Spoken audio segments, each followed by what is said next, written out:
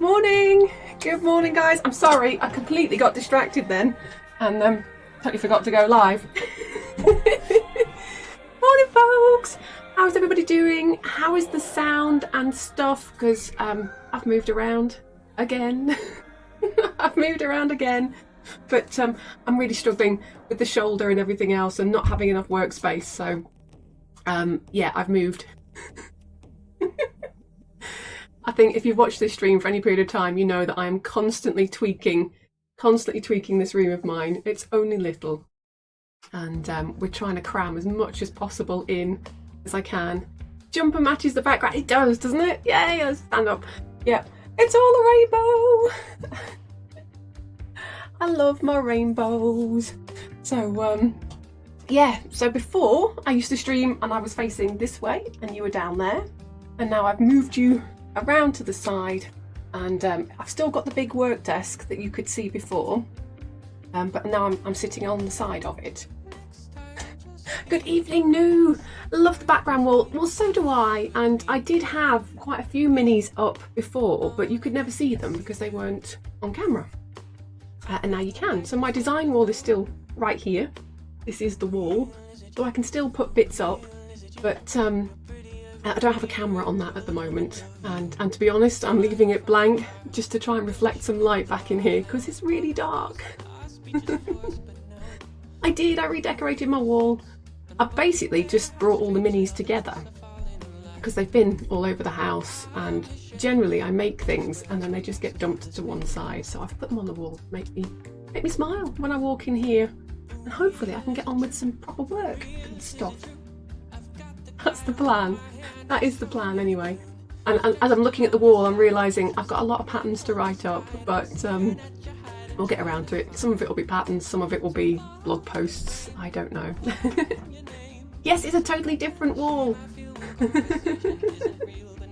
Your brain can't accept we're facing another direction. Only that there are more things on the wall. That's fine, run with that. If that's easier, run with that. Just stuff's in a different place now. But yeah, we've got some new cameras. So new cameras. We've got the same cameras. We've got the overhead camera still, so you can still see what I'm doing on the desktop. And now I've also got my cutting table, which is on the end to my left. So you're going to be able to see a little bit more of what it is I'm doing, hopefully. Because I was always struggling with the overhead camera, because it was on a different wall, and now I've moved it, and it's so much easier. Moonwitch Dancing, good morning. Hey, hey, hey, hey, hey. I'm assuming it's morning, good evening if it is not. As the banner says, one stitch at a time. Well, this is it, one stitch at a time, one room move at a time. I'm going to find the optimal working position. But I'm hoping now, like I say, this is all fun on the back wall. I've got all business on the wall that you can't see. It's 2:44 AM. Oh, that's a kind of witching hour then. Kind of witching hour. Good morning, Kerry. Thank you very much for resubscribing. 27 months. And if you can see there, guys, we've got the new emotes. They're coming up through on the CapGen. Because I hadn't realised. You guys are so awesome. It feels like I'm shorter. Well, it does. I've raised my monitor up. So I've got like a little shelf now so I can shove the keyboard out the way. And so the camera is much, much higher than it was before. So it's a bit awkward. I can raise my chair up. Kerry, thank you very much for resubscribing, my lovely. I've just realised I don't have the sub hexes in here.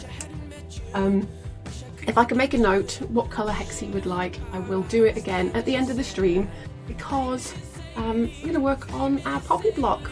I made the pieces last week and I haven't touched them all week because I've been moving stuff around. So I'll just make a note, Kerry, what colour you would like, and then we'll make those at the end of the stream if that's okay. Good morning, SJS. How are you, my lovely? Keep standing up. Stand up and go and grab my post-it notes. It's going to take a little bit of getting used to trying to figure out where everything is, but I will get there. I will get there. I've tried to only have what I absolutely need in this room. But need, want, we all know they're different, right? Looking for a pen? Oh, I had a pen. I got a pen. You're freezing. Oh gosh. Well, it's quite sunny here today. We've actually got some sunshine. And again, I've got the window in front of me now, so I'm getting a little bit of light coming through, which is lovely. Good morning, So Sheppy. Kerry, can I guess what colour? It's going to be grey or blue. It's going to be grey or blue, I think, Kerry. You let me know. Let's just write Kerry's name on there. Find out what colour Hexie. Good evening, Crafty Tan. How are you? How are things with you? Oh, I'm a bit warm now. I've been rushing around. I suddenly looked up and realised I was not in the room when I should have been. I was making a cup of tea. Good morning, Dale. Good morning. Right, let's just get myself comfy on my chair. Let's get snuggled up to the desk. And I'm going to make a start. Either for Kerry. Right, blue or grey. Well, that's fine. I'm going to write blue stroke grey. And I will do that. There you go. End of the stream, okay? I will do it at the end of the stream. Because that worked quite nicely last week, I thought, just putting everything off towards the end. Dale's got snow in Devon. My goodness me. Devon knows you don't get snow very often, do you guys? That's not a common occurrence. We had snow, and it's lingered for a long, long time. We haven't had any new snow for a few days. It's very, very cold, so we've just got big clumps of ice that look like snow, which makes them lethal. Lethal for walking. Nice to see the awesome planet behind you. Yeah, it's there. I haven't used it. I haven't used it, Alison. It's not good, is it? I have got my awesome wall planner up as well, and it's blank. This is the thing. This year, right, we're going to do this. We're going to crack it. So Alison Quilts is referring to, I have a planner, a diary here.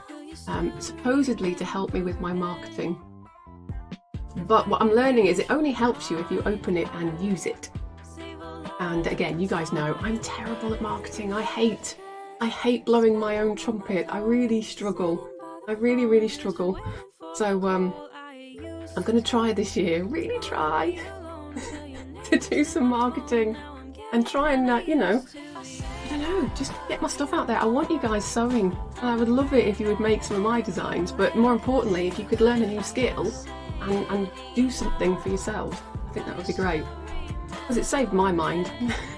It saved my mind learning how to sew. Oh, his flame, you're hoping yours will leave soon. Longest snow we've had in Germany. Oh, Germany, oh. Well, I used to live in Germany with the forces.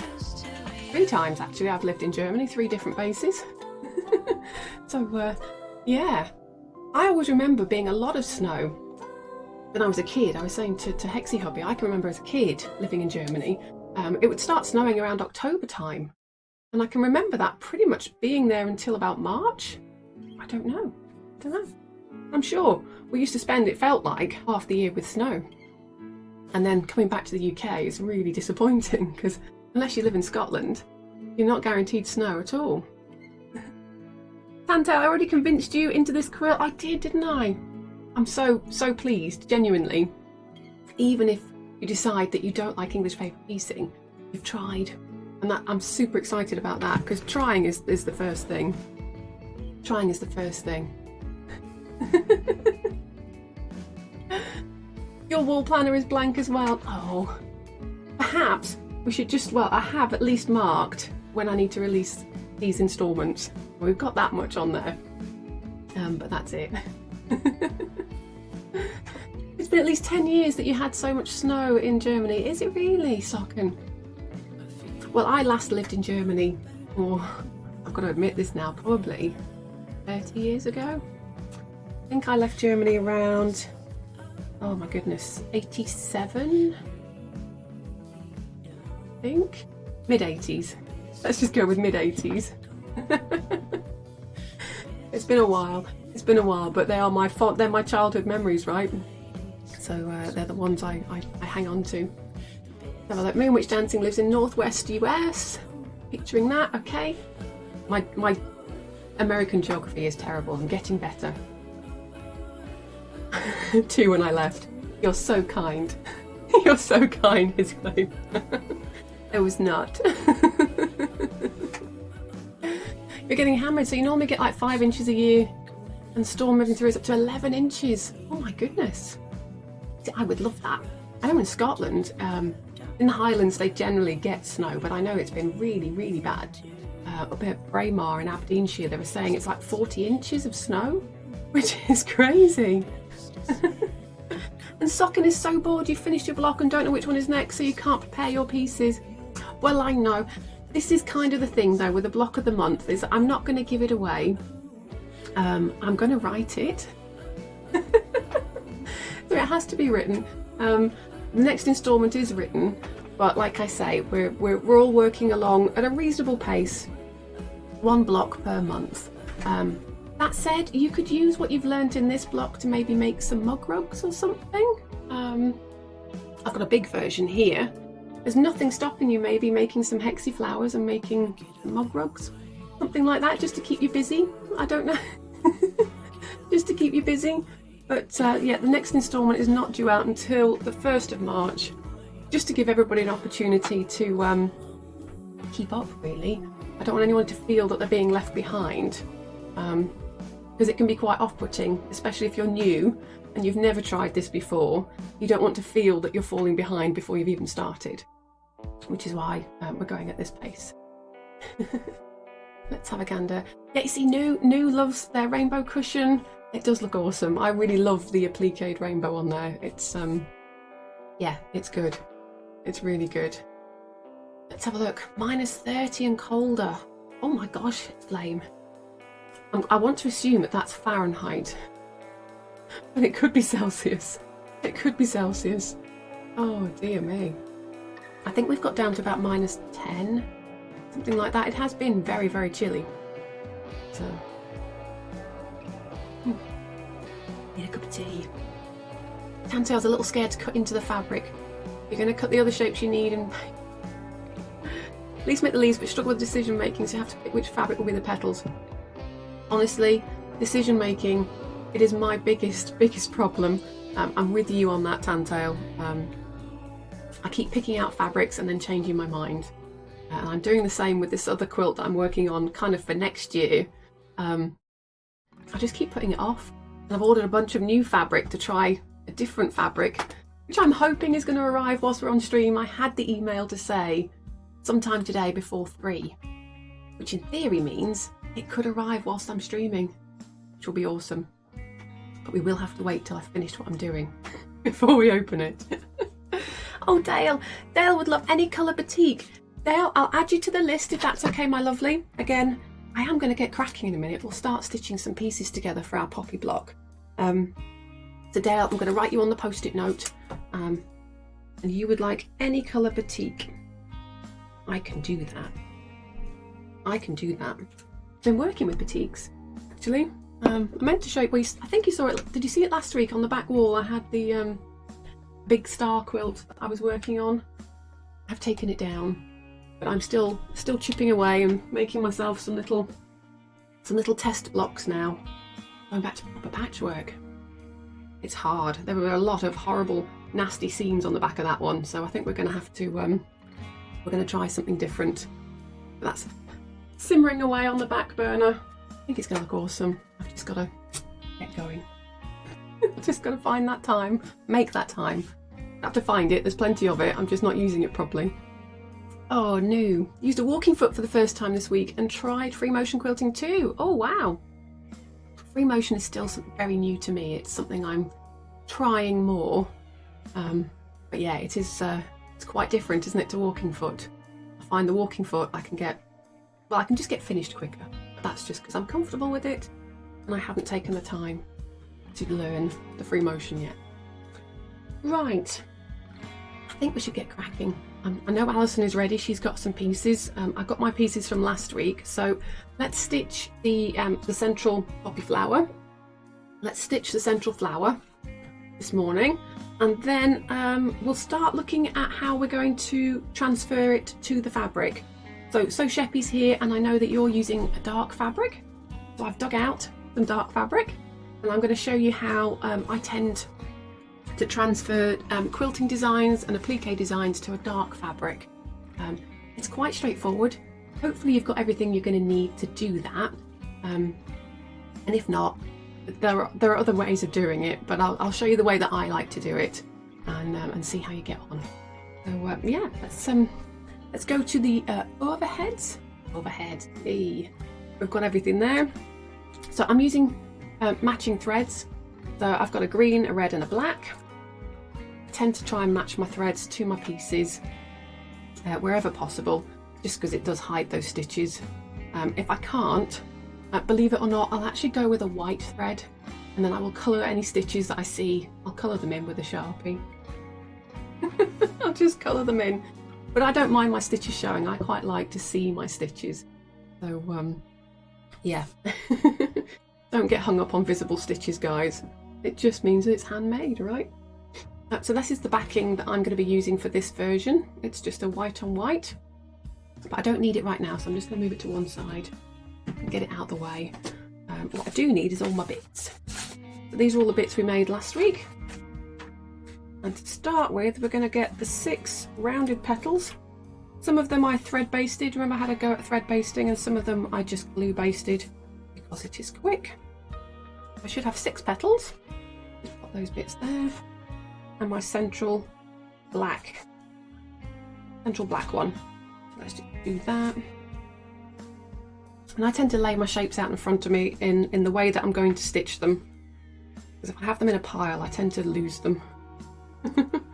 And more importantly, when I pick them up I need to make sure that I'm picking up the petal the right way, because it's really easy to stitch the wrong side on and have the wrong edge of the petal, for example, and you can end up with this dodgy bit. So I tend to just lay them all out ready to go, and I know what they're going to look like.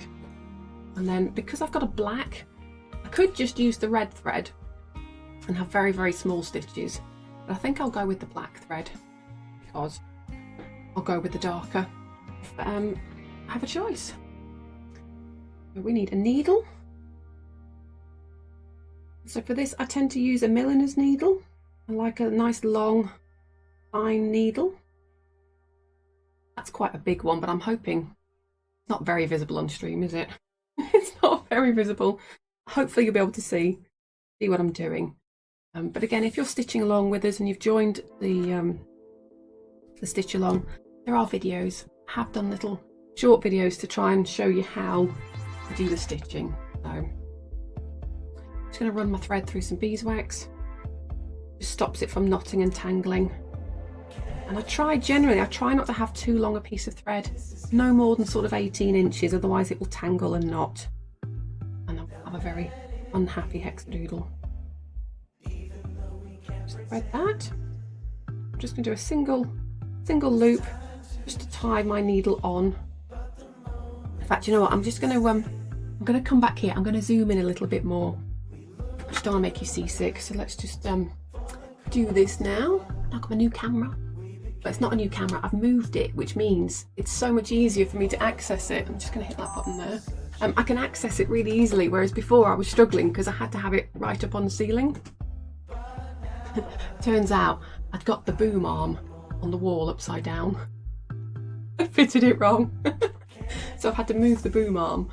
And now, amazingly, it's really accessible and lots of motion, which I didn't have before. Anyway, I'm hoping now, let's have a look. We've zoomed in a little bit closer there now, so you can hopefully see a little bit better what it is I'm doing. So I was just trying to explain that I'm just doing a single loop knot. I've just looped through and I'm going to just tie the needle onto the thread so that it doesn't keep unthreading. Because nothing drives me mad more than my needle unthreading. It kind of really puts a dent in your rhythm. Just grab a thimble. For the longest time to wear a thimble, so if you are just starting out and learning to stitch, you'll find that you might be able to get away without a thimble for a while.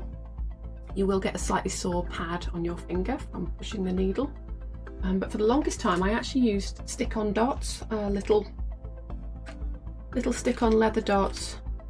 Hang on, there they are. Just got one left. Little leather dot there that's self-adhesive. If you struggle to wear a metal thimble, you can get these things. Will just stick on the pad of your finger and just protect it a bit if it starts to get really sore. Finally, after about 15 years, I've mastered wearing a thimble. But it's taken basically wearing a thimble constantly. Whatever I'm doing around the house, just wearing that thimble until I got used to it. Right then, so I'm just going to kind of move these apart slightly and take the first one and fold it right sides together straight away and get them all lined up. And I'm just going to line up these two edges here. I'm just going to slide my needle under the seam allowance and come up right on that tip, right on the tip of the corner, and that's going to bury my thread underneath. The knot's hidden, we're not going to see it. Just put those out the way a second. And now I'm facing me. I'm just going to take a tiny stitch on one side through the black hexagon, and I'm just grabbing 2 or 3 threads. I'm not going through the paper at all. We don't stitch through the paper. We're just stitching through that folded edge of fabric. Use a rubber thimble for work and you found you couldn't get used to it until you switched hands. But someone suggested a plaster and that helped without losing the dexterity. Plasters work great. So does electrical tape, you know, the insulating tape. That can work really well, just to kind of cover your fingertips. Like I say, I find after a while though, I didn't develop a callus. I didn't get a sewer's callus. I just got a really, really sore finger. And I think the thing that really made me move to a metal thimble was when I managed to push the end of the needle went into the pad of the finger. It really, really hurt. It really hurt. And I was out for a couple of weeks. It just wouldn't heal. So now we wear a metal thimble. We've learnt. They come in all shapes and sizes. This is the one that suits me, and it has the open edge, and my fingernails don't get stuck. So we're just going to take a few threads on the black, and I'm going to go across and take a few threads on the red side. I don't know if you can just see those threads there on the needle. Just going to take a few of those, and we're going to pull it through. And as I start to pull it through, we're going to have a little loop of thread appear. I'm going to pass the needle through the loop and pull it tight. And so that's just knotting it off. That's knotting it off. Good morning, Dukes. How are you doing? We're just starting to stitch our petals onto our central hexagon. The Tantails probably have tiny fingers and hate it falling off and feeling bulky and feel like you have no control. Well, this is, yeah, it is hard, and I know that I struggled for the longest time. I did have a really nice adjustable one from Clover. Clover do a metal one that's similar to this, and it's open on the back, and you could squeeze it smaller. With this one, I waited a long time to get this one, and it was fitted to me. So I know that this fits me.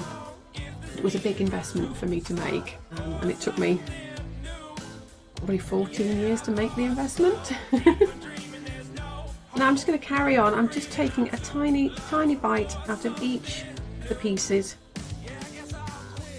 And everybody says, how many stitches should you aim for? I really don't know. I've counted it out. I think I average about between 16 and 18 stitches to the inch. Don't try and measure it. Just try and find your natural rhythm.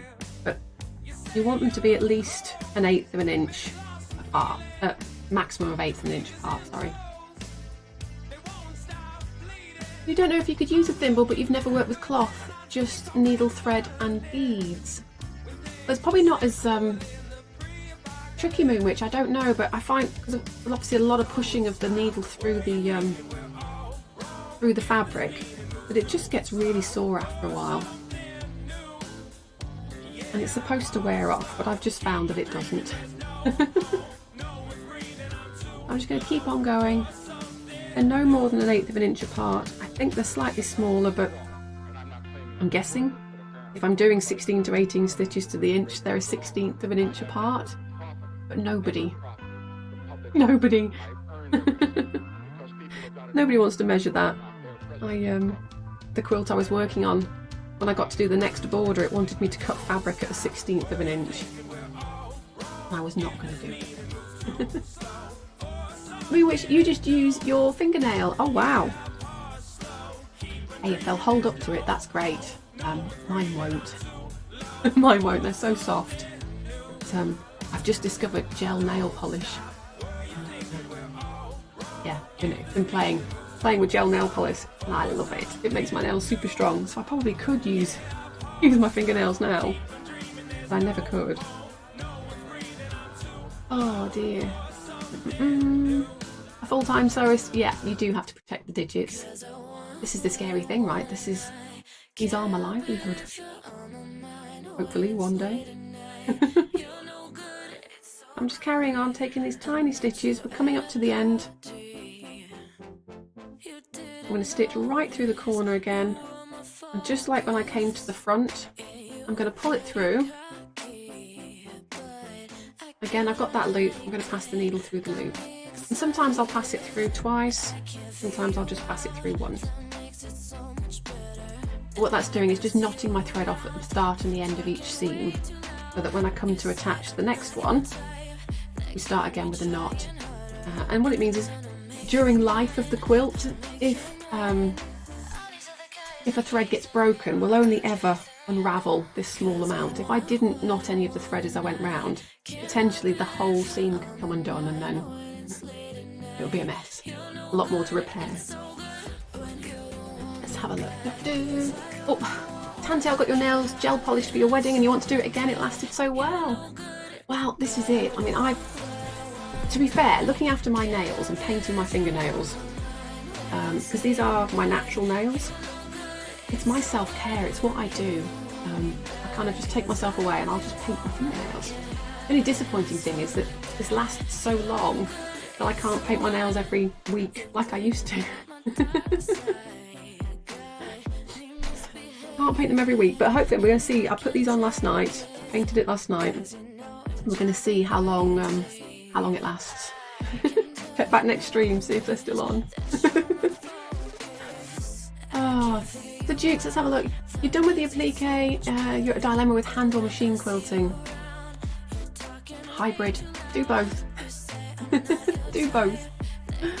Never done either, not happy with your tests with machine quilting, so trying to do hand stitching on a small mug rug. So what's the problem with your machine quilting, Dukes? What is it you're not happy with? Oh, yes. Kind of matches the poppy fabric. It does, it's like a really deep coral. It's not red, it's not pink, it's this lovely kind of in the middle. Tantel was going to say why not both, but not sure if it will look odd. Well, most of these quilts behind you are a hybrid. They're a bit of both. And in fact, actually, the little mug rug, there we go, machine quilted. I've machine appliqued the flower on with a monofilament thread, and then we've just added in some nice big stitch quilting as well. So we've got hand stitches on there as well as machine stitches. You can just make out the machine quilting there, look, going all the way through. I like kind of adding that little touch again that just says it's been this has been made by hand, and it's not just a hand finished cake. It's hand stitched and hand finished. Oh dear. Dukes thinks you're enjoying the hand stitching because you can just pick it up. This is it, and I think this is why I love it so much. And I kind of got into it when my kids were little, because sitting at a sewing machine for hours on end just wasn't possible with small children. So you know, you have to find something that works. But I'm just going to put the next one on. I'm going to line it up, make sure that it is in the right position, and then fold it forward. We've got them right sides together. And again, if you want to, you can use like a little clip, a little these are called wonder clips, and you can just clip the pieces together. But you can also just use little bulldog clips as well. I get those from the stationery shop. You could just clip those together, and that will hold your pieces so you can give your hands a rest. I just find I get caught up on these. Sometimes I'll fold the you can fold the arms down so they don't get caught. Then you just got to fiddle to take it off again. So stick with the wonder clip. Okay, let's start the next one then. So exactly the same, we're just going to go in right through the corner. I'm going to take a couple of threads on both sides, pull it through, and as we start to pull it through, we're getting this loop. I'm going to pass the needle through the loop. And again, sometimes I'll do 2 of those. Let's just take another one right in the same spot, loop through the thread and pull it tight. That's it locked in now, it's not going to come undone. So issues with tension to start with, you need to sit down toddler free and just have a stern word with the machine. Don't be afraid of your tension, absolutely. Do you have a walking foot, Dukes, or are you just with a regular standard foot? Again, I've got it facing. I'm just going to start whip stitching, and this is whip stitch. There are other stitches for EPP, but I think I've been a whip stitcher since I started, and I struggle with the others on a regular basis. I have used flat back stitch and still do when it is appropriate, but it's not my stitch of choice. Pantail doesn't have the clips but wants them because they look so adorable. They do. These are the kind of the legit clips. These are the Clover clips, and they're really expensive. But I've had a pack of 30. I think I've got a pack of 30. I've had them for a good few years now. We're probably down to less than 20 now because I do misplace them, and I use them for clipping all sorts of things that probably shouldn't, but they hold things together so well. So they're dispersed throughout the house, but they're nice. And I like I say, I might just try some of the more generic rainbow colours and see how they look. I'm sure being cheaper, if they break, I'm guessing it doesn't feel so bad to replace. You do have the walking foot. You had to turn the tension to nearly 0 for it to just look okay. Oh wow. So what kind of thread were you quilting with? Just regular cotton thread? That seems very low for a top tension. Doesn't mean it's incorrect for your machine though, because I do set mine to almost 0 when I'm using a monofilament thread, the sort of plasticky thread. So I haven't realised I've stitched away. I'm at the end again, right at the corner. Instead of pulling a loop through and passing the needle, I can just take the thread tail and just wrap it around the needle a few times. That's going to do the same thing as knotting it. There we go. We're just going to carry on. We're going to go all the way around, just adding our petals. I always sort of place it back down and just check it's okay, and that the next piece is going to be in the right position. You can see here we've got a little bit of a gap here. Don't stress it, that's just the way I've cut my pieces out and the way I've basted them. But we can ease that in. Once we remove the paper from here, we'll be able to ease that in and you won't notice the gap. Still quite a bit of opportunity to ease shapes together when they don't quite match. If it's less than 1/8 of an inch, I always just ease it. If it's more than that, I'll rebaste or recut the shape to make sure it's correct. Scalanis, good morning, just saw you sneaking in there. Good morning, my lovely, how are you? Is it super snowy where you are? I know you're north of the border, aren't you? Up in Scotland, and I was watching on the news the snow in the Highlands, so that looks amazing. Of course, we're all locked down, so nobody's using the snow. Superior Masterpiece thread. You found a walkthrough of tension issues to go through, hence sit down on the stern word. Brilliant, yeah. And I would say instead of a stern word, try a kind word. And be kind to yourself. Be kind to yourself. It's going to take a while to get the hang of it. And every time you change to a different type of thread, you might find you need a slightly different tension setting. I'm quite lazy. I have an auto tension setting, which is by no means perfect. It's good enough. It is good enough. I still find even with the auto tension, sometimes I have to actually just experiment, play with a little sandwich, make a little mini sandwich up and just quilt different threads and different tensions. And the Masterpiece is a finer weight. It's like a 60 weight thread, so yeah, you probably will have to increase your top tension.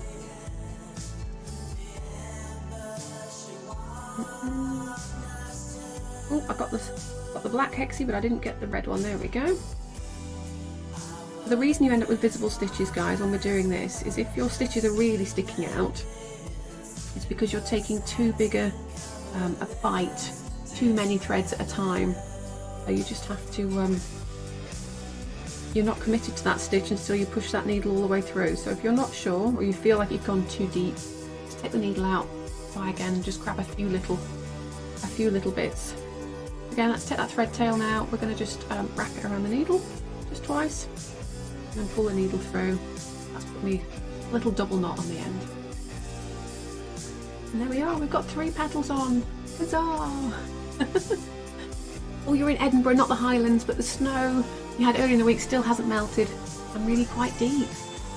Well, most of ours is melted, but we've got these pockets of little lethal ice that looks like snow, but it's not, it's solid ice now. And it's super slippy.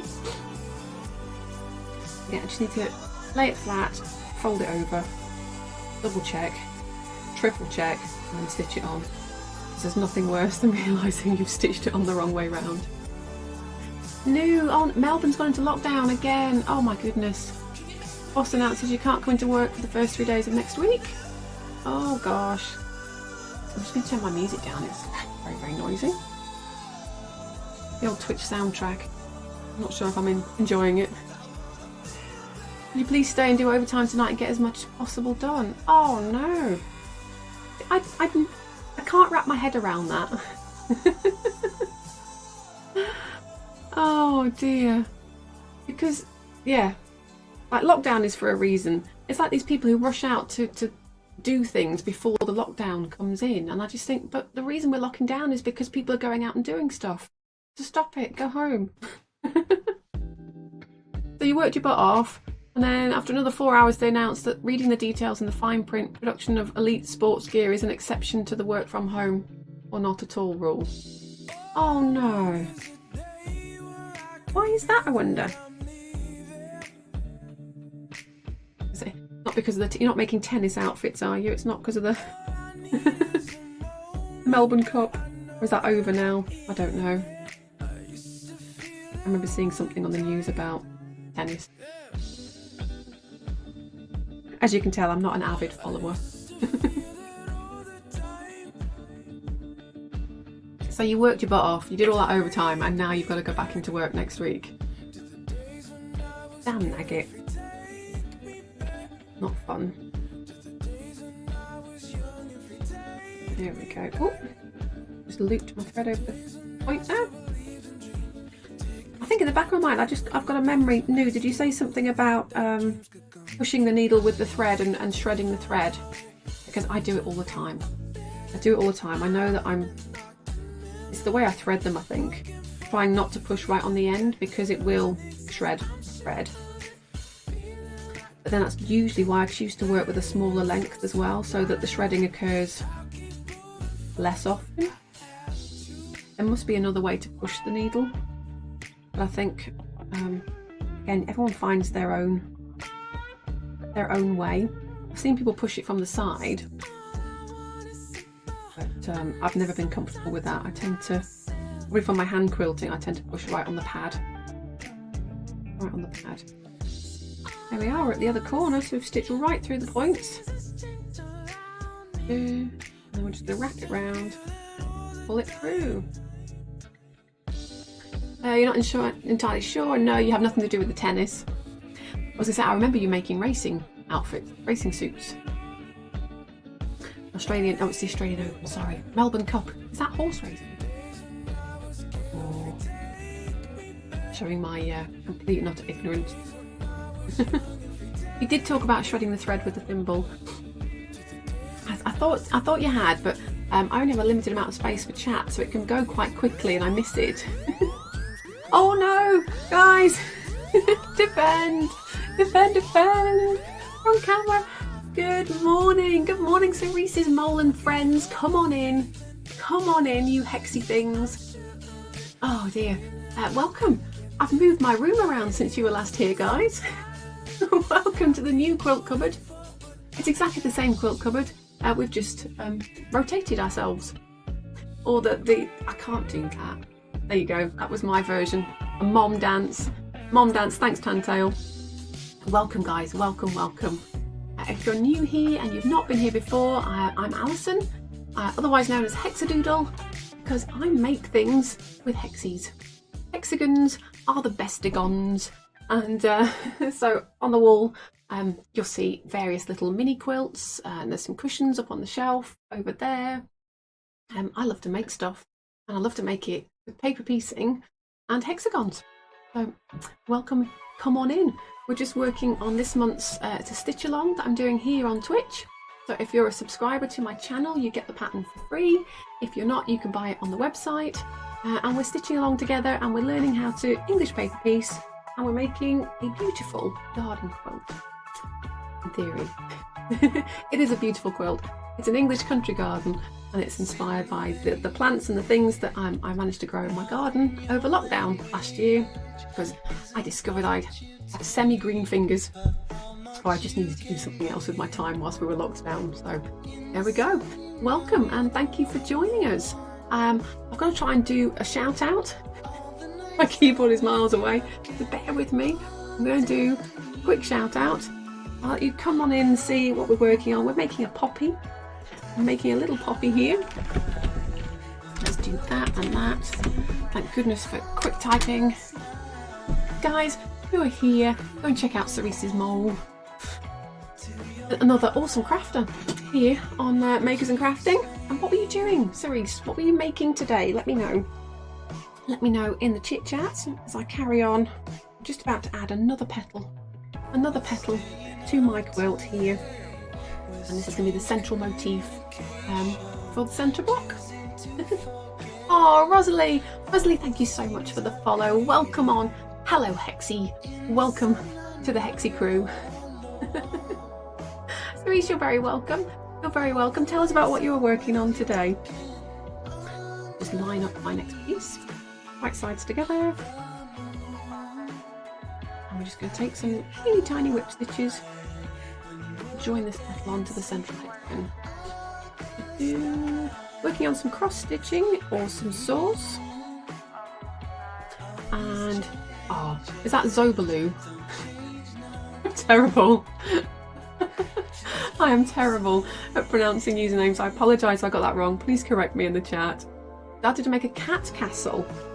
Oh wow, like an actual castle for cats. That sounds awesome.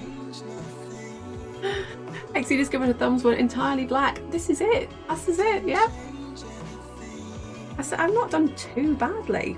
But, I have a single house plant that I've had for over 20 years now. It's the only house plant that's made it. Zubaloo. Apologies. There we go. Zubaloo.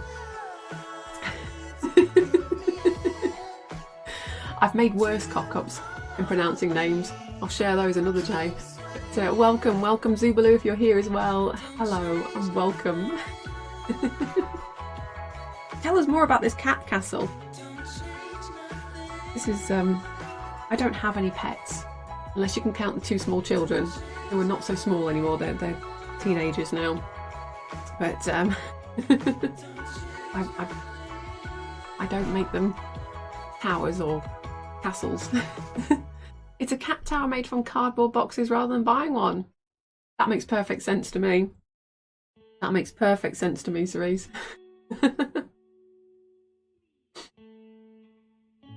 We've been oh gosh, got a message from the school, because obviously I'm homeschooling during the week at the moment whilst we're on lockdown.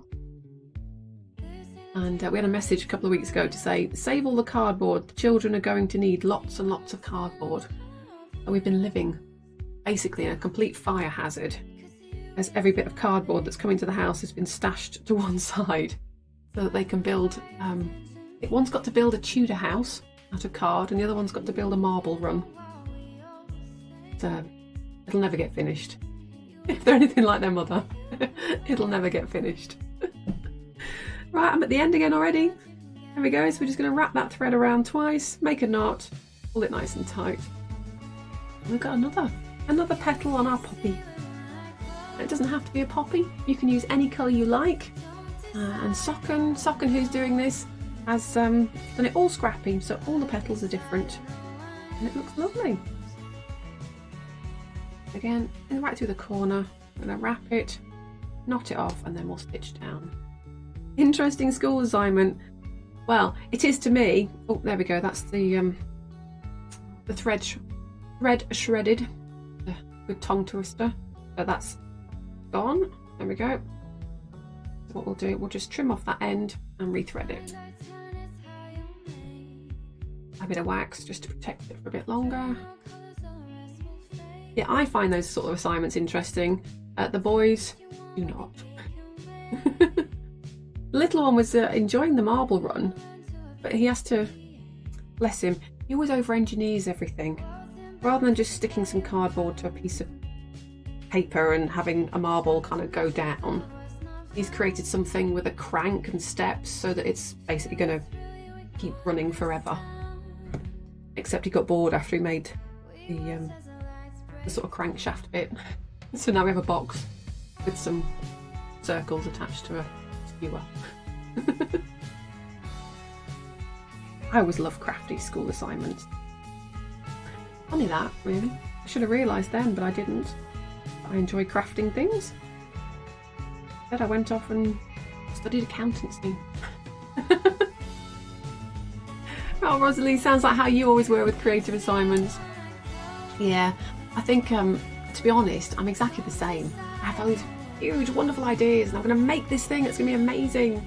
And then I make one, and kind of go, oh, I'm bored now. What can I make? What amazing thing can I make next? And I'll start that, and I'll start the next one. And I'm not very good at finishing.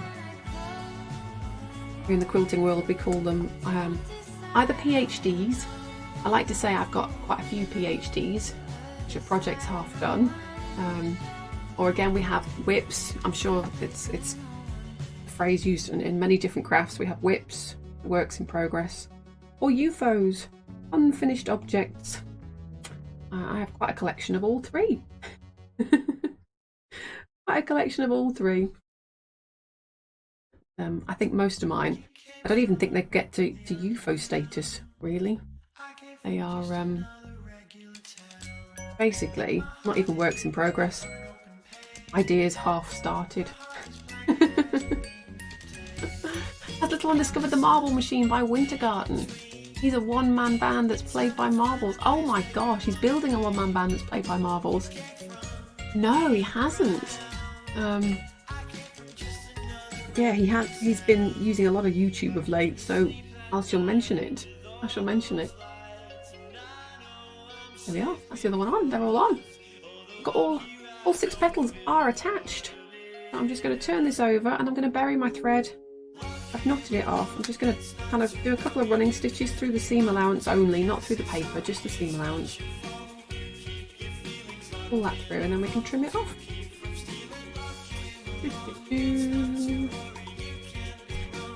Rosalie's got plenty of them as well. Oh, good. It's not just, well, it's never just me, right? Tantail's life is a mountain of whip, but you enjoy it. Well, this is it, right? I enjoy it too. I'm kind of in that, I'm not doing anybody any harm. Stuck in my little quilt cupboard. And I do enjoy it. Marble machines are amazing. Right, I will check these out. I will check them out. You always use whip, but you're definitely going to start using PhD. Oh yeah, makes us sound way cleverer. Way cleverer. What do you make, Rosalie? What's your craft of choice? Ooh, punch myself in the boob trying to pull my sleeves up. Always good. Right then, so we've stitched these all together, but they're all loose. We need to now stitch the petals together that way. The problem is I've got this bit of card in the way, and so I can either fold the card, which is easy enough to do because it is just card, we can fold it, or because it's now been surrounded on all sides, we can remove it entirely because we're not going to lose the integrity of the shape. I'm just going to look for my little crochet hook. The reason I punched a hole in it was so I could put the crochet hook in through the hole, and then I can just support the paper and pull it out. And I can reuse that now, that template. I can reuse that and make another, quite a few hexagons looking at that because it's in good condition. It's been nicked a few times by the needle, but it's still, in terms of its shape, it is still intact, so we can reuse that. So we'll pop it to one side. What it does mean now is that I can fold this any which way, because there's nothing in there. Oh dear. Rosalie, kind of a little of everything. Your main mediums lately are going to be between digital painting, oh wow, and various sewing crafts. Yay for the sewing! Currently sewing a neckerchief for a friend's dog. Oh, that's awesome. Is that like the bandanas that they have around their collars? My friend has a business doing that. That's what she does. Charlie and Boo. She makes doggy leads and collars and bandanas and bows. But, I don't have any pets. I kind of said I'm only getting a dog if I can have a little dog that will fit in a bag. I want one of those dogs. I don't want to pick up Big Boo. In there, done that. Right then, so we're going to start joining. I'm sort of swapped to my red thread so that I can hide the stitches.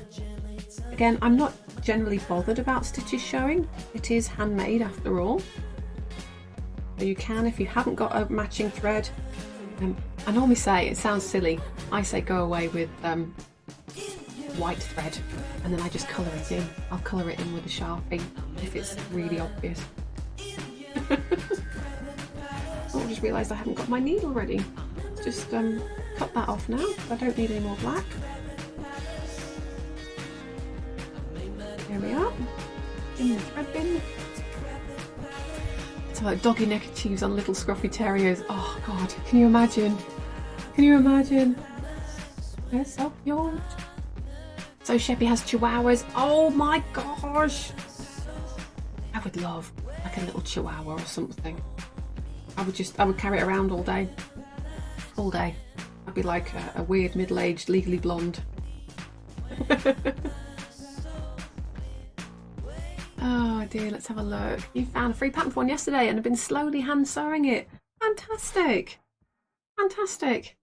My friend's dog is a husky mix. None of us know for sure what the mix part is though. Well, part of the charm, right? That's just part of its charm. Right then, so I'm now going to just fold this in half, like so, and pick one of these edges to sew first. It's going to be this one because I'm right-handed, so I'll start on this one and work my way round. Again, I'm just going to slide the needle under this fabric seam allowance and right out on the corner where the straight line, the petal ends and the curve starts. I'm going to come out right on that corner. And then we'll just take a tiny bite, just a few stitches on either side of that join. Difficult to see, red nails, red fabric, sorry. Just taking a few bites, just the fabric, not through the paper or the card template, just through the fabric. And then before I pull it all the way through, I'm just going to take the long tail and wrap it around the needle a few times. That's going to knot it off. And then we'll just stitch down again, about 1/16 of an inch apart. Don't measure it and don't get hung up on it. You'll find your rhythm. You'll find the sort of stitch length that suits you. I always say if you find it too long and you've got too big a gap between your stitches, I'll stitch down, turn it around and work back and try and take a stitch in between. So stitch every other stitch and you'll soon have a nice full set of stitches that aren't, you're not trying to measure and get them super close together in one go. I do that a lot when I'm appliquing. I'm appliquing shapes like little circles and things.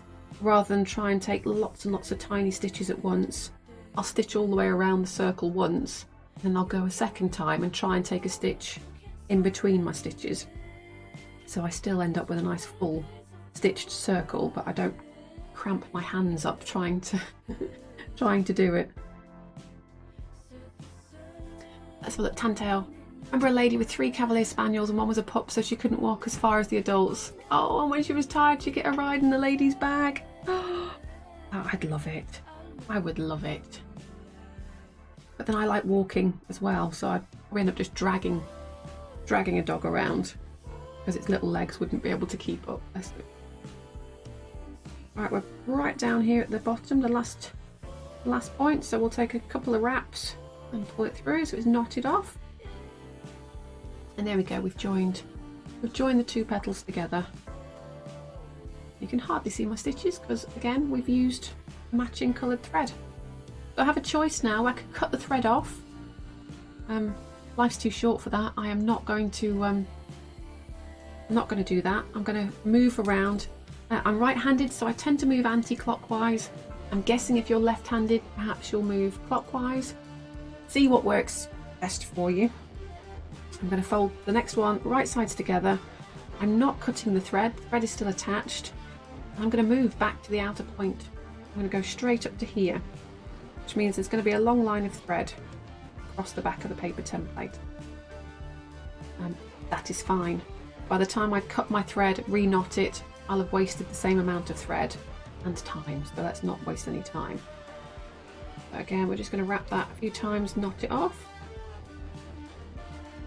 And if you can just see that, we've got this long mental note, don't paint your nails red and then stitch with red fabric. There's that long loop of thread there. I'm not going to worry about it, it's going to be absolutely fine. You can still move the paper template, it's not going to foul it, and of course we're going to stitch this down onto something. We're never going to see it. Those seconds and minutes, they soon add up. They soon add up, so I'm all for saving time. But again, just making my way now down this seam, taking a bite out of each side till we get down to the black hexie again.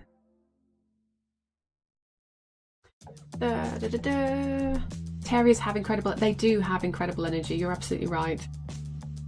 Your mum has a Bichon Cross Jack Russell and she's like a Duracell bunny. We used to have a little Jack Russell cross called Queenie. Pretty sure it was crossed with a Corgi, which is, you know, but we never found out. We rescued her from a dog's home in Northern Ireland, I think, when we lived there. And oh, she was incredible. She would let you do anything. We used to dress her up in baby clothes and take her around in a pram. And then other days she would be a psycho, just running around all day, every day. I've managed to stitch my way down. I'm just going to wrap that and pull it out. You can just see me with a dog pushchair. It wasn't a legit one, we were kids, so it was one of our kids' ones. My sister had a wonderful vintage Silver Cross pram when she was probably about 10, so I would be about 11.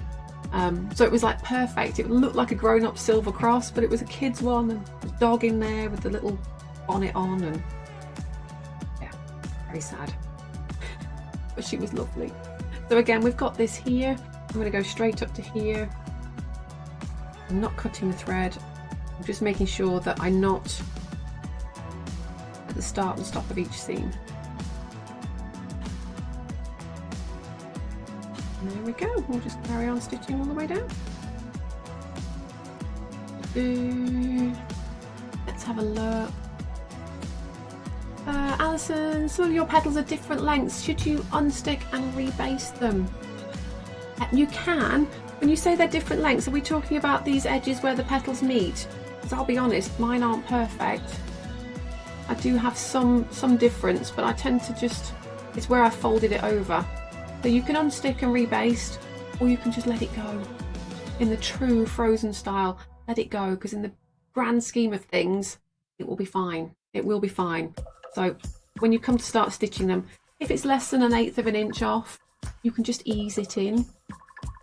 So I'll show you that in a second if you like. But generally we're just, if you can see there, this one on this edge is actually slightly longer than this one.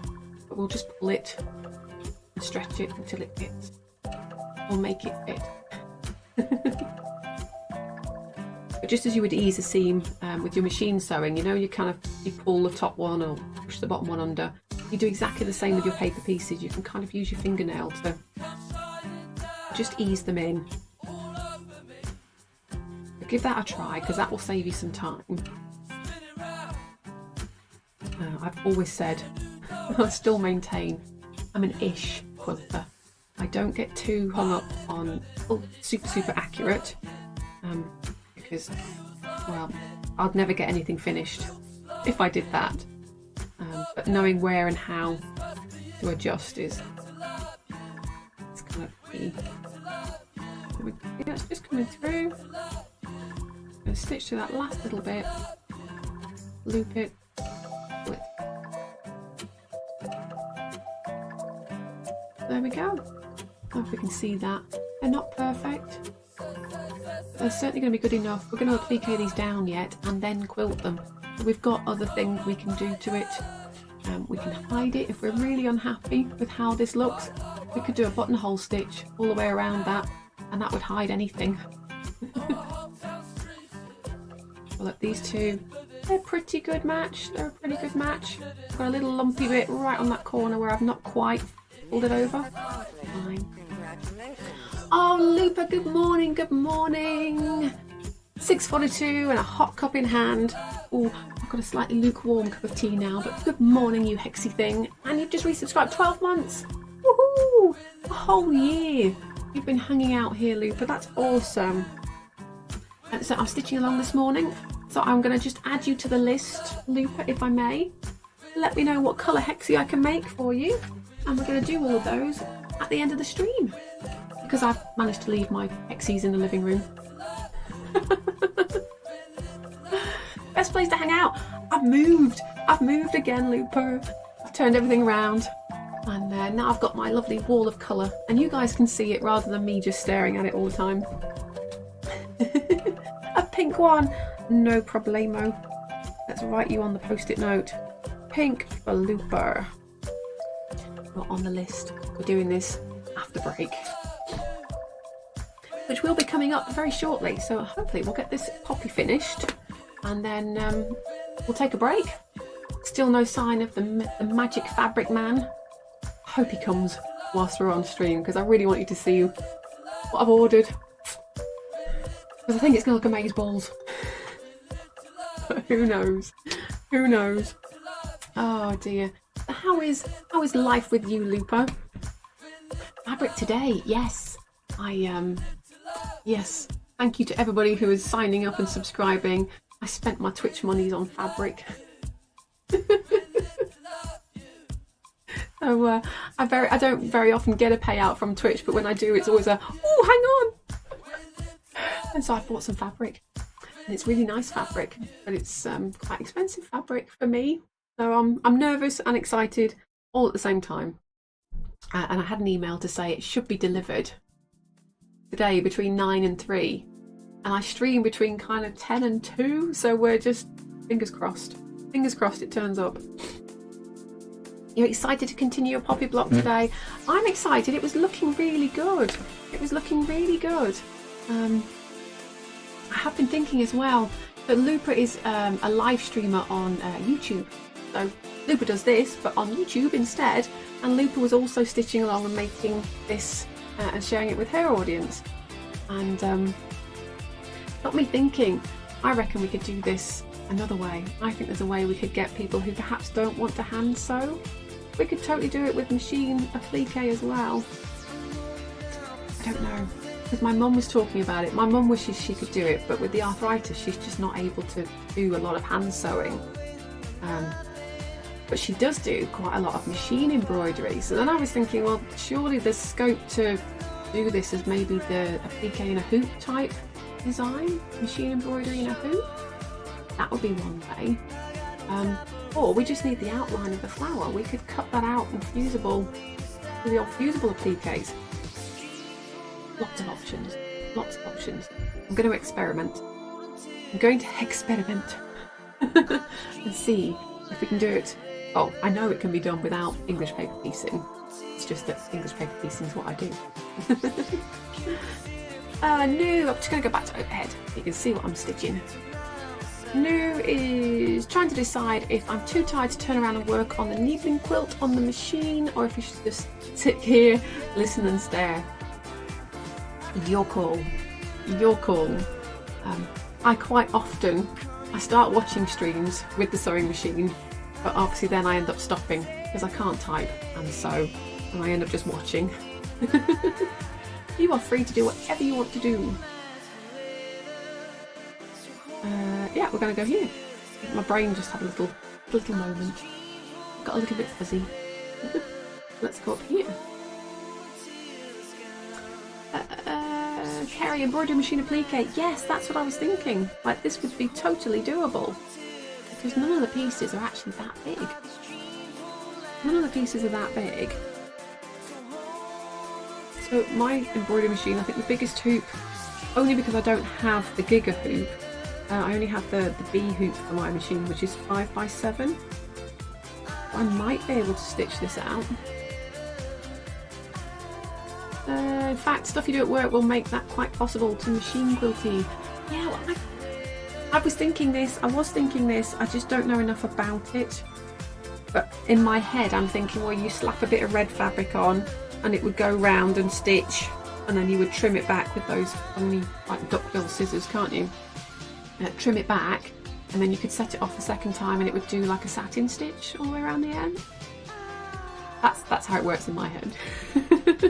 I don't know the full ins and outs or how hard that would be to do, but it would make this pattern accessible to somebody who perhaps doesn't want to do the hand sewing.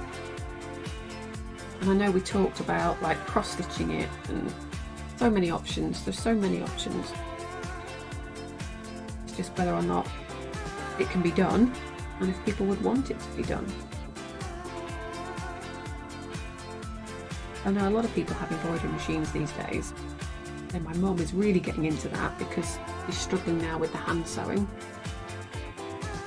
And, yeah, I think it could be. I think it would give it some legs. Carrie, we can talk if you want. I do. I'm going to kind of. At the moment, I need to focus on what I'm actually doing in terms of the paper piecing. But yeah, I do. I think I would like to look at this. As something, maybe we can do it when we finish this stitch along. We could then release both of them, or both options. Nice groovy beat this morning. Well, thank you. This is Twitch soundtrack. I'm trying it out because, you know, Twitch doesn't like us to play music, and I totally understand why. But I don't think it worked last week when I watched part of the VOD back. I could still hear the music, and I thought the whole idea was that you didn't hear the music on the VOD. So I'm confuddled. I'm very confuddled. But I checked everything. I've set it up the way that it tells you to. I can't have no music. I've always got something on in the background when I'm sewing. Usually it's Netflix, but I can't sit and watch Netflix. Let's have a look. With the layering, you could do the central flower with only 2 pieces. Yeah, exactly, right? You wouldn't even need the individual petals. We can set up instructions for rehooping to line up the edge pieces. Ooh. Alright then, guys, we need to get together and figure this out. You love this patterned fabric? Well, thank you. Now, I don't know if this is available worldwide or not. This is by a company called John Loudon Fabrics. They're here in the UK. It's a cotton fabric. I'm guessing this is probably, don't get me wrong, this is a cheap fabric. I don't have the money usually to spend a lot on fabric, so I tend to shop around the £8 a metre. And so this was about £6, £7 a metre. It's probably equivalent of like Joann's type fabrics. I'm not dissing anybody who shops at Joann's because I would if I lived there. I don't know if it's distributed worldwide or not, Lupa. But yeah, John Loudon, Louden. So we're going to just move. I'm going to go straight up. Remember, I'm going straight across the back. I'm not trimming the thread off when I've got to the end of that last one.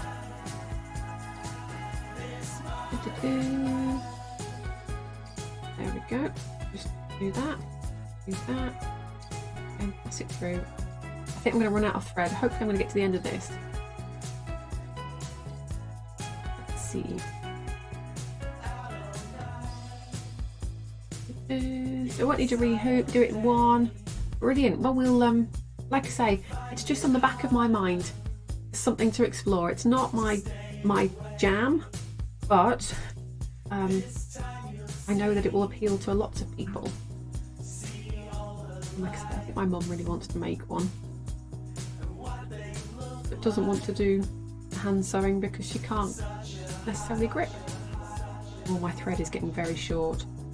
I think we're just going to make it.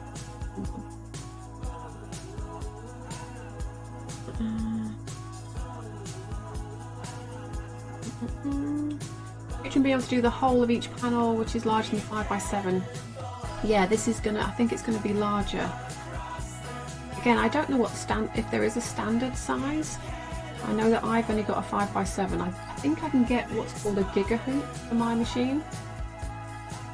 I don't know what size that is though. Right, we've gone around there. Oh, I'm gonna have to pull my needle back a little bit just so I can do the loop with the thread to make the knot. Oh. I don't know why I do this. I just like to finish on a seam. There we go, we've got it looped twice. And it's knotted. Just pass the thread just through the fabric on the back now, just to bury the tail. Trim it off.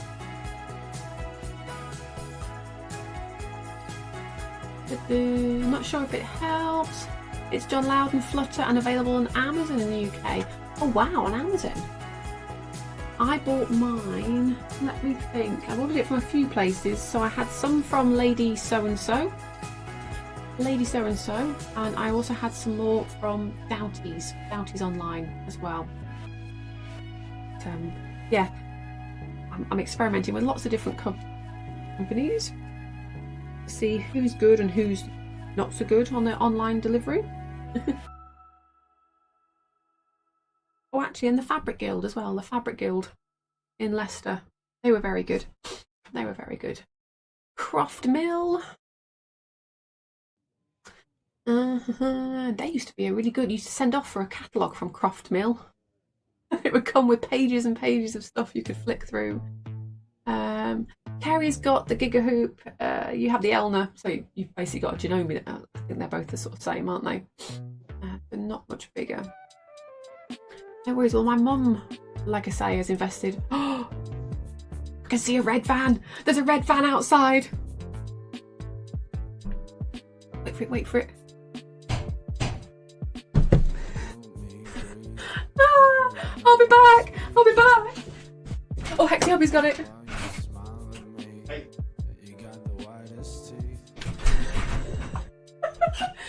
Gimme. Is it mine, is it mine? It's not for you. It is for me. Oh! Would I like a cup of tea? I would in a minute. I'm going to have a break. It's here. It's here, folks. It's here. Right. We're going to look at this in a minute. We're going to finish this. We've got one more thing to stitch. I'm going to take the break. I know it's going to kill you. Then we're going to open my fabric. Good try, Mr. Hexy.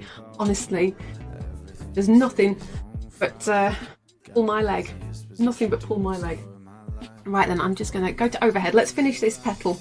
We've got one side left to stitch. And he's just popped the kettle on. You can probably hear it bubbling away.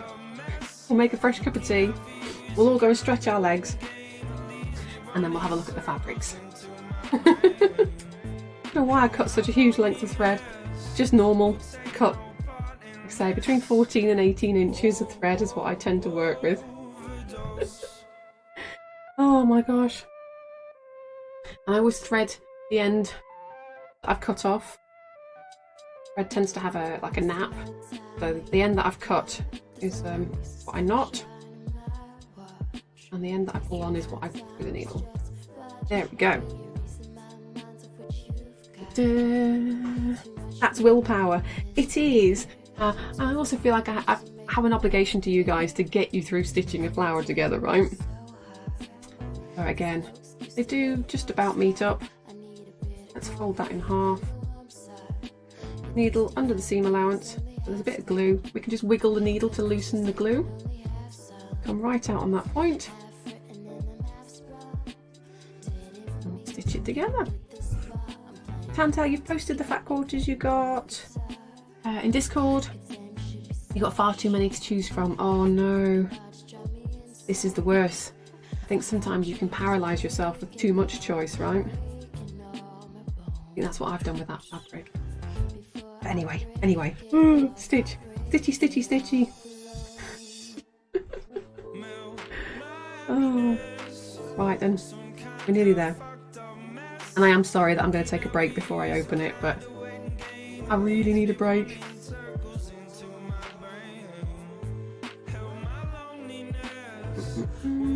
Rest my eyes. There we go, we're nearly there. Never try and stitch quickly. Never try and stitch quickly because it just it just ends up being slower. Damn it, come on. There we are, we're at the end. Wrap it, pull it, it's knotted. We're done! Hey, Hexadoodle, put the kettle on. That's okay, Stream Elements, because Hexy Hobby put the kettle on today. There we are. Pull that through. We are done. We've stitched our little poppy.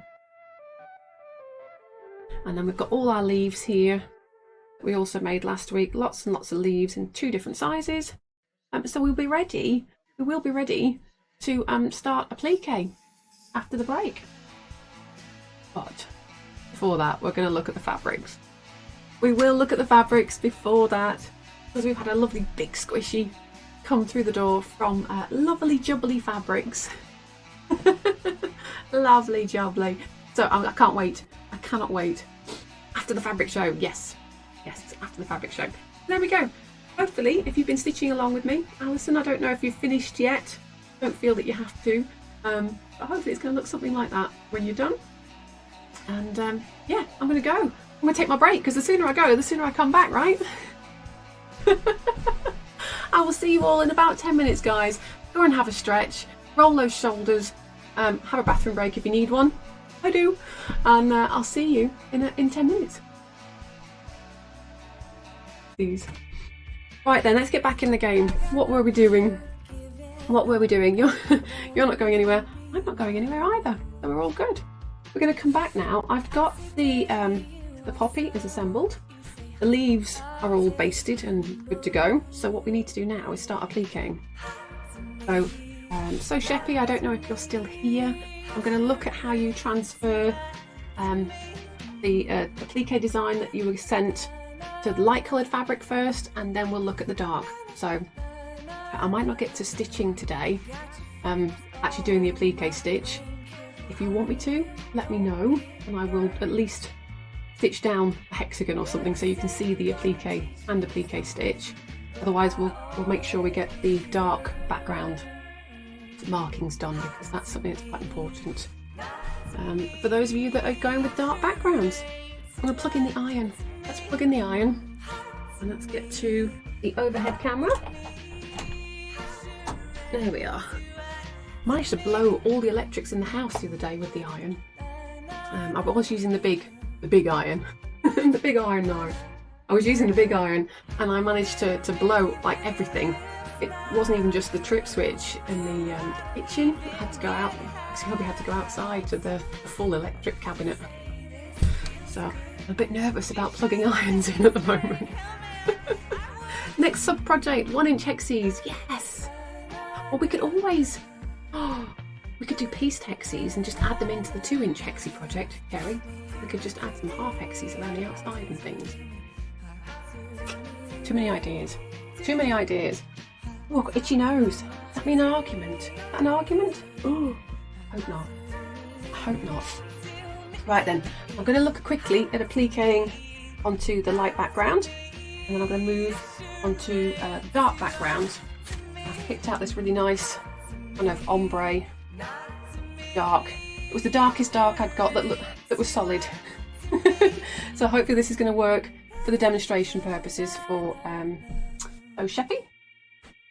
First things first, let's work on getting the centre of our background block. So the instructions in the pattern tell you to cut the background block. It's oversized.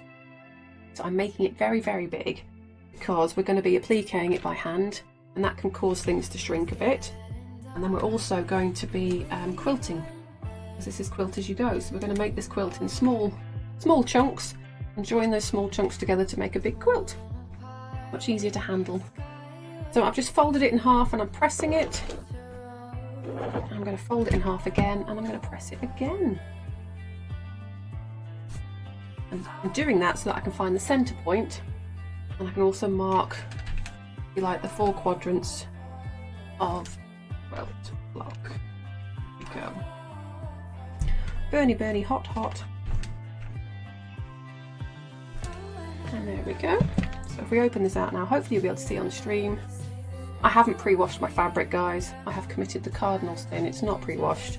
But now you can see we've got, if you like, the X and Y axis of this block is marked. Now something else I do, especially because we're going to be hand applique, is I will stitch for about 1.5 inches. I'll just do a big running stitch in a black thread. This one here, that will do. And that again is just for the registration marks, just so I can see where the centre points are. Because after handling for a while, it's going to lose, the creases will start to drop out. And then of course we're going to sandwich it up and we're going to quilt it. Again, we'll start to lose these markings. So I'm just going to very quickly, I normally use like a thick thread, like a machine quilting or hand quilting thread, but I'm just going to use this one because it's what I've got on the tabletop. Now you could mark this with a fabric marker, but I'm not a big fan of marking anything on my fabrics, particularly with white fabric. I wouldn't necessarily want to use something that may or may not come out. So I'm just going to stitch literally on this crease, and it's just a running stitch. I did put a knot in the end of the thread, so that is going to stay there. But it's just giving me this registration line. There we go. And I'll just trim that off. I'm not going to worry about knotting the end. It's just so that I can see where these quarters are. And it'll come important when I come to square up the block at the end. You could mark it with a marking pencil, like I say, or like the friction pens and things. I'm just not a big fan. And I'm always nervous that the marks won't come out. And because we're going to be pressing the block once we've done the applique, I don't want to heat set any pens or anything in. Because we've all been there. Well, hopefully we haven't all been there. I've been there. Things like the wash away blue marker pens, you can heat set them. We are going to have to use heat on this, so we don't want to use those. You love this tip. Awesome. I'm glad you like it. It is a handy one, and it's not hard. It's just another extra step, but it's worth it. It is worth it, Luca. Again, just put a knot in, and it's only about 1.5 inches, 2 inches, just so I can see that later on once I've handled it. And you would do this again with the dark fabric background, but obviously you would use a contrasting thread, so a white thread. Dukes, you didn't do this and your applique is off centre. Well, not to worry. Try it out for the next block and see if it helps you. It really, like I say, it isn't, nobody's going to know. Nobody's going to know, only you're going to know. In the grand scheme of things, by the time you've added in all the blocks, it really is going to be just so amazing. No one's going to notice those little things. They're going to be more taken by the fact that you made that. And they're not going to know how to do it themselves. So there we go. That is the centre points. Like I said, I'm just trimming it off, leaving a long tail. Hoping with squaring and trimming you could get away with it. You may well do. You might, like I say, this will come in more when we come to square it up. This again will help us just to make sure that it's square-ish. Square-ish, all right? Don't beat yourself up. You don't think the tracing paper didn't help. Again, you worked with what you've got, and that's what I say with all of this, right? You work with what you've got, and you learn. You learn. If you carry on and don't learn, then that's where the problem creeps in. Because this is the central block, you can always over trim and add an extra colour or section of sashing. Yeah, it is going to be difficult now to trim that. It's smaller than the size we're going to need. But I wouldn't worry about it. We'll be able to do something.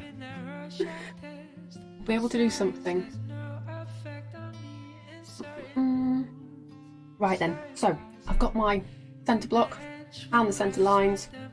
I now need to make my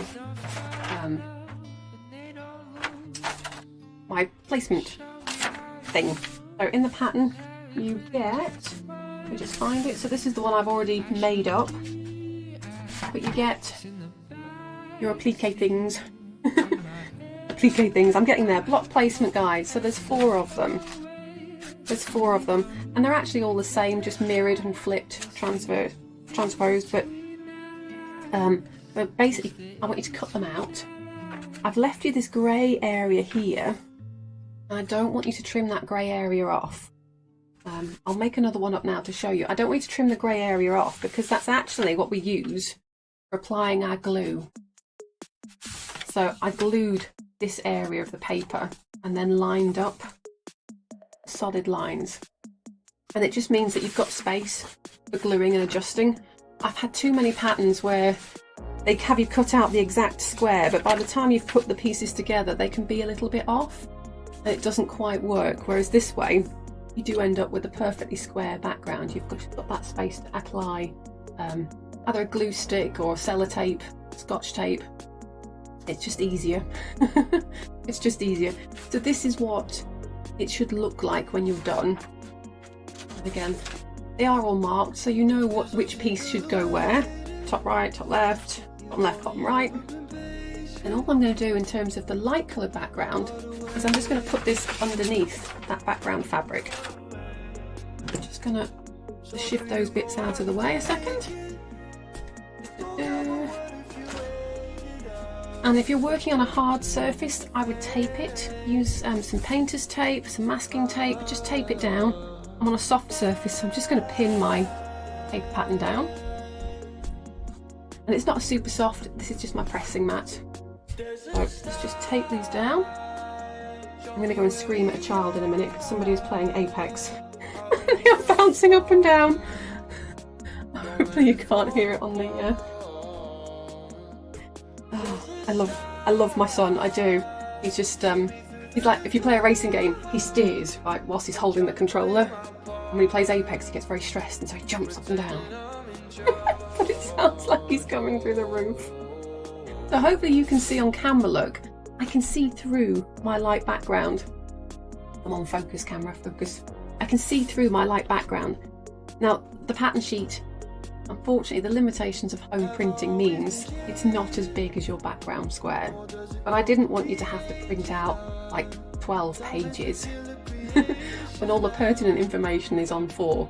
So don't panic that it's smaller than your background block. What you need to concentrate on is that your pressed lines line up with the lines on the pattern. Probably the easiest way to do that, again, grab a pin or something and go right through the centre, and then get yourself lined up on the centre and just pin it there for a second, and then we can just adjust all of these, make sure that the crease is falling on that solid line, and again just pin it in place.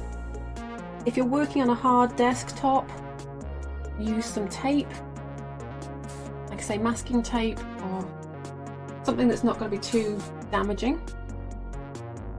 I'm just pinning my block and just making sure that everything is lining up with those registration marks on the pattern. Close enough, good enough. And it really is. So Dukes, I know you're worried about it being off. Don't, because you can see we've got quite a bit we can trim. And worst case scenario, you end up trimming your block slightly smaller than everybody else, and your quilt will be a little bit smaller. Oh no, toddler meltdown. It happens. It happens. Oh, my youngest used to be the worst. The eldest wasn't so bad. You could just time him out and he would get it. The youngest, he was a full-on, on the floor, arms, legs, screaming, meltdown kid. I remember leaving in the middle of Hobbycraft, just lying on the floor screaming, and just carried on shopping. All these old ladies coming up, is he alright? Yep, he's fine, he just can't have whatever paper mache thing he wants. Right, so we've got that all laid out. Now the applique order for this is to do the leaves and the stems, and then to add the buds and the central flower. So these are my leaves.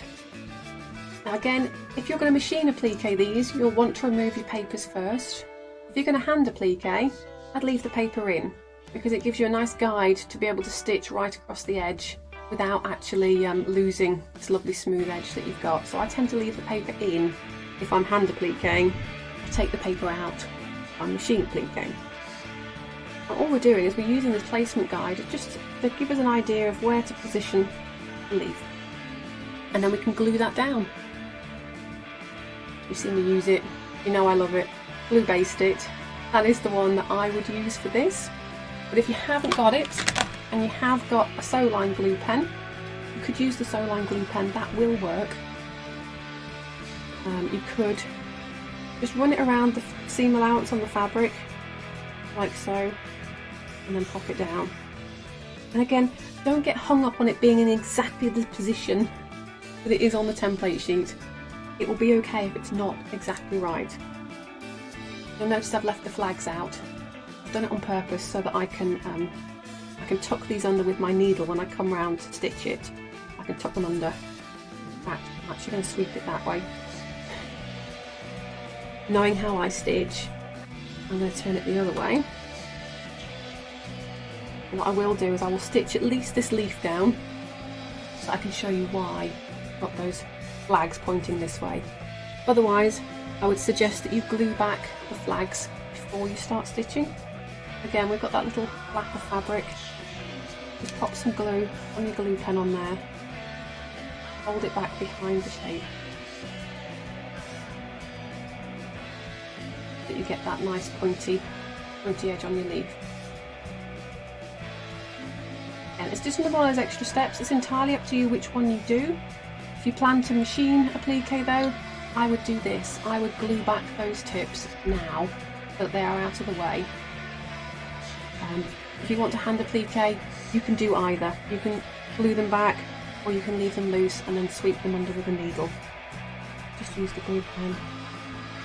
But this is not my preferred method. I would not use the glue pen, but I appreciate not everybody's got the glue based bit. So there we go, that's it glued down, if you like. You're going to go around and do all your large leaves. You might want to just stitch a few at a time, so rather than stick everything down in one go, just glue down two and stitch those two down, and then come around and do the next side. It's entirely up to you. Again, you've got your registration marks, so you can line it up again on the pattern to make sure you're in the right place before you add the next shapes. Okay? Hopefully that's making sense. Hopefully, like I say, you can see how it's meant to work. You can add all of your bits on, and gradually you build up in layers until you've got the whole of your poppy block done. I haven't made my stems yet, so they're not on. The stems would be there. And there we go. So then really quickly, I want to show So Sheppy how I would mark a dark background.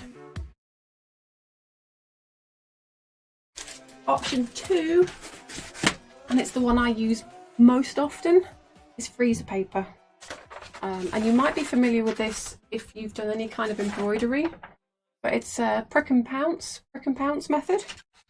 So I have here what was a square of freezer paper. So again, you've got a shiny waxy side, you've got the paper side. I folded it into quarters. That's where all the folds are, in the centre there. And what I'm going to do is actually, I'm going to trim this one down. I'm going to use one of the templates. Let's really quickly just trim this down. I could trim it down with the rotary cutter. I'm actually going to cut everything off on this one, guys. I'm cutting everything off on this one.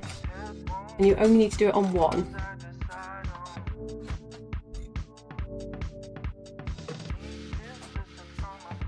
And what's really important is I want to get this centre bit here.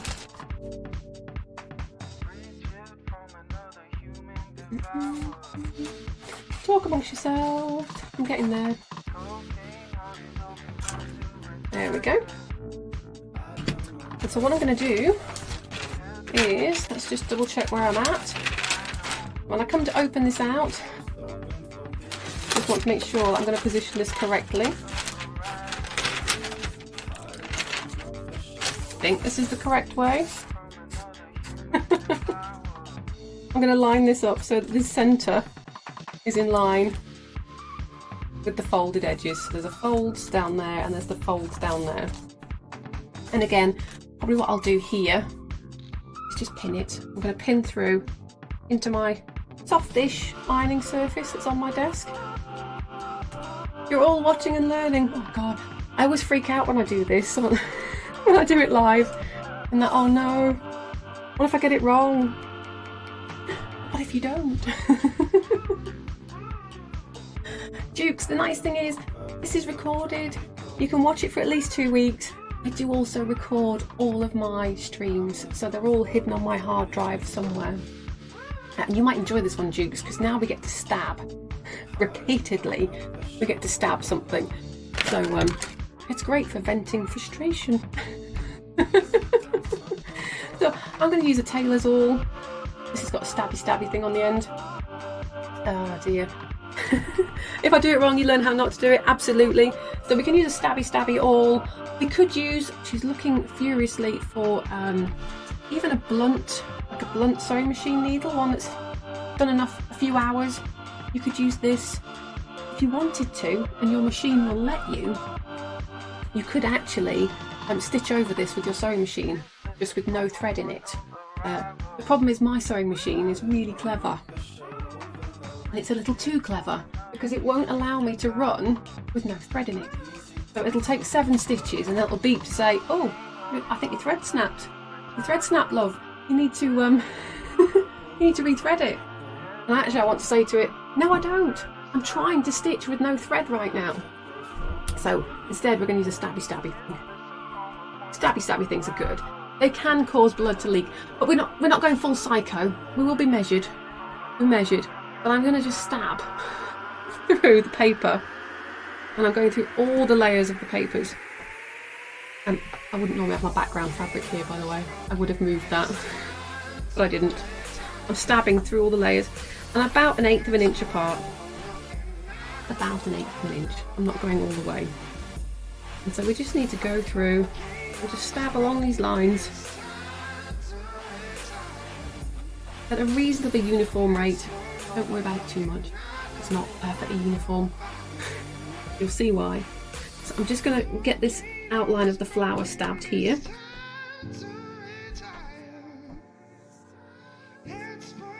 In fact, with the dotted lines, the way this is naturally falling is I'm stabbing at one top end of the line and then at the bottom of the dotted line. So it's roughly uniform. And I know this seems like a lot of work.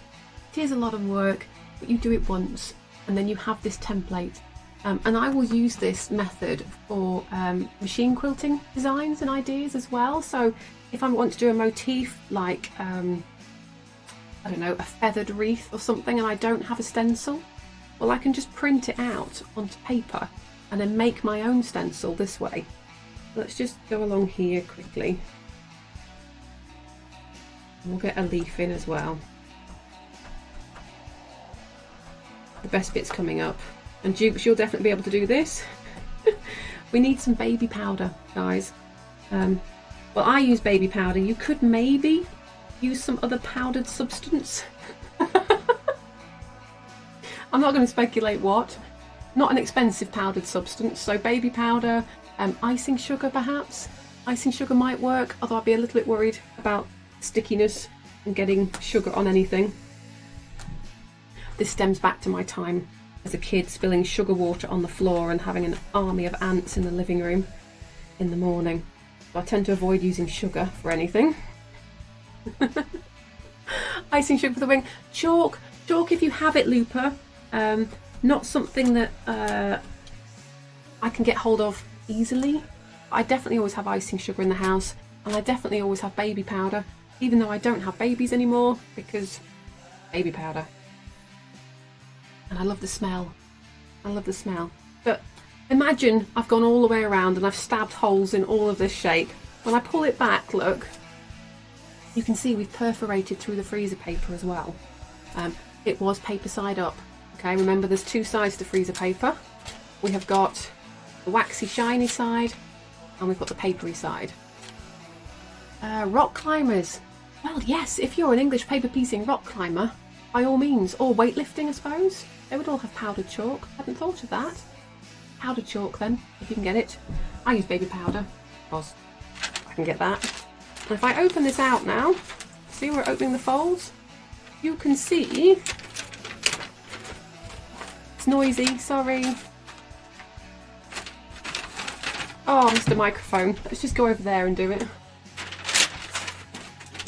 There we are. That unique combination, indeed, right? So you can see where I started to do the stabby. What we've got though, very definitely, is the poppy in the centre. You can definitely see the poppy, right? And just as a quick test, let's just make sure that pretty much it lines up, right? Yay! But because I used freezer paper, I've got the shiny side is now face down on the fabric. The awesome thing about freezer paper is we can iron it with a dry iron. Don't use a steam iron because we don't want to shrivel that paper up. We just want to touch the wax with the hot iron because it's going to make it stick. So again, imagine this is an oversized backing that it's been cut to the size in the pattern. Mine hasn't. And now I'm going to use my hot iron and really quickly I'm just going to move it over the fabric. And I don't know if you can see that, but it's sticking. It is sticking to the fabric. It's not shifting. So I do this, like I say, if this was a quilting design, I can do this. I would do it for applique. There's quite a few, whenever you have to transfer something, there's quite a few ways that you can use this. But certainly for machine quilting, I can cut around this shape and iron it onto a block and just stitch around the edge of the paper. Or I can do my prick and pounce. And this is my little tub. It's just a plastic tub. And in here I've got some cotton buds and a whole bunch of baby powder. And all I'm going to do is just, like those old powder puffs, do you remember those? It was a good Christmas if you got like the little Yardley cardboard tub with the talc and the little puffer. If you've still got one, you could use that. I'm just going to dab it on. And I'm kind of going to go in a circular motion and I'm just rubbing the talc. I didn't press it up there, that's going to move up there. Oops. This is best for dark fabrics. It is. Now I can say that I have experimented with this. I have used this for light fabrics, but it's trying to find a dark, dusty product that's not going to leave marks. So I used cinnamon last time I tried this. I did use cinnamon or nutmeg, some ground spice, because it smells amazing whilst you're doing it, right? But my worry there was that possibly there'd be oils in those spices, like nuts or oils. So nutmeg, it might be a little bit oily. And it kind of occurred to me that I probably shouldn't have done it, then maybe it wouldn't wash out. But there is no reason not to try. Just know that it might not come out. So there we go.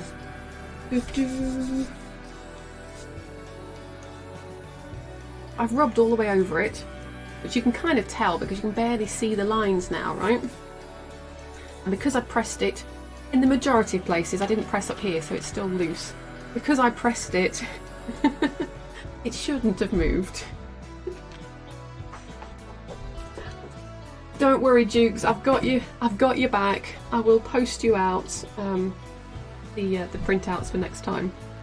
Because you're in the same country, it's not going to take forever. But now I can just peel. Oh, I'm so nervous. Here we go. You can smell the baby powder from here. Oh, it's a lovely smell. Just reminds me of having little children and babies. But here we go, look, we are revealing underneath the outline for our applique. Ta-da! And you've got two options now. You've got two options. You need to be careful because it will, if I shake off the excess, it will move, look, it will make a bit of a mess. But what I would do now, especially if I was machine quilting, because this is going to be handled a lot, so these markings are going to rub out, I will use a marking pencil, quilter's marking pencil. So these are the Roxanne's Quilter's Choice. I like these ones. I've had no problems with them and they will wash out eventually. The other option is another Clover tool. This is their Chakopy chalk again. It's a little tailor's wheel. So you can get these, I think Prim do them, it's like a red one with chalk in it. It's a tailor's chalk wheel. So I can now join the dots. You can see that. I can kind of go around and just join the dots. I've just created a really cool dot to dot. Or I could use my pencil and again just kind of trace over that talc. Because it's loose talc, it's going to come off. That's going to help me then see where to position my shapes.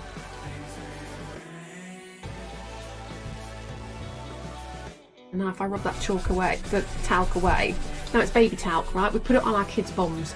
So in theory, this is going to wash away. It's going to wash away and not leave a problem. That's my dodgy drawing. But hopefully, that gives you an idea of how to transfer the design to a dark fabric. I don't know if So Sheppy was here for that. If you weren't, don't panic. Like I say, I'll be recording this.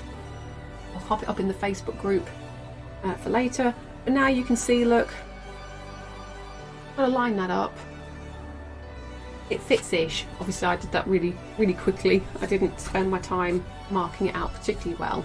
But now it means I can position all my things where they need to be on a dark background, and I don't need to worry about trying to trace anything or see through the fabric. That looks lush. I'm liking I'm liking the dark fabric on. Oh yeah. What do you want? I haven't stabbed them in, but there'll be some little leaves in there as well. They'll be further up, won't they? Those up there. There we go. Oh, thanks, Lupa. Thank you. I think it might have been Barbara Cheney taught me this a long time ago when I was hand quilting, and I like to hand quilt onto dark fabric. And so it was just a case of how do you mark a dark fabric for hand quilting? It's really hard to see anything. And this was a method that she suggested. Plus it means you only ever have to create, a bit like the Hawaiian applique, you only need to create like a quarter or an eighth of the design, because you can just fold your freezer paper and then stab all the way through. Oh dear. But anyway, that was it. That's really what I wanted to cover in today's sort of sesh. I want to call it that in the stream. Like I say, I think So Sheppy might have gone. I know very definitely they were using a dark background. Anybody else watching that was going to use a dark background of their quilt? Do you think that was useful? If I hold that up, you'll be able to see it maybe. Very definitely on there. Hopefully you found it useful. I'm just going to have to wash that fabric now to get markings out. Because I've got something else to do it. You never thought of dark. I toyed with it. I think when I was messing around with the colourings, do you remember I did the like the blue and white colourway, and I was thinking, oh, I know my friend Rocky's got this really lovely dark watercolour batik. It's called Licorice. It's like a really dark bluey, or there's a midnight blue, and I was thinking actually it might look really good, but there's always that, can't just put the pattern down and lay the fabric over the top. It's I've got to somehow do it. You're sure there'll be something in the future that it'll be useful for? Well, it will, because you could, like I say, all of these designs, because you've got the pattern sheets, you could do them as a whole cloth quilt. You could just have some really nice fabric and just stitch them, just quilt them. Don't do the applique, just quilt the outlines, right? I'm not going to tell you off if you decide to just quilt the outlines and not do the applique part, right? More labour intensive. It is. It is more labour intensive, but sometimes it's worth just that little bit of extra work to get the result that you want. And like I say, I've used that for designs where I haven't got stencils for marking quilting designs, but I can design my own stencil on the computer or just draw it on paper and stab through it, and then I can transfer that design straight to my quilt and stitch it. Indeed worth it, you might do both. Well, I had an idea to do a checkerboard. So I could do kind of like half the blocks in dark and half the blocks in light, and then have this weird checkerboard going on as well. But I didn't work out all the fabric requirements for all of that, so I didn't want to suggest it. But yeah, you could do the centres. Obviously we've done the centre blocks with white, but the four corners and the centre could be a white background, and then the middle blocks, if you like, could be a dark background. Might look cool, might look rubbish. Who knows? Who knows? Not me.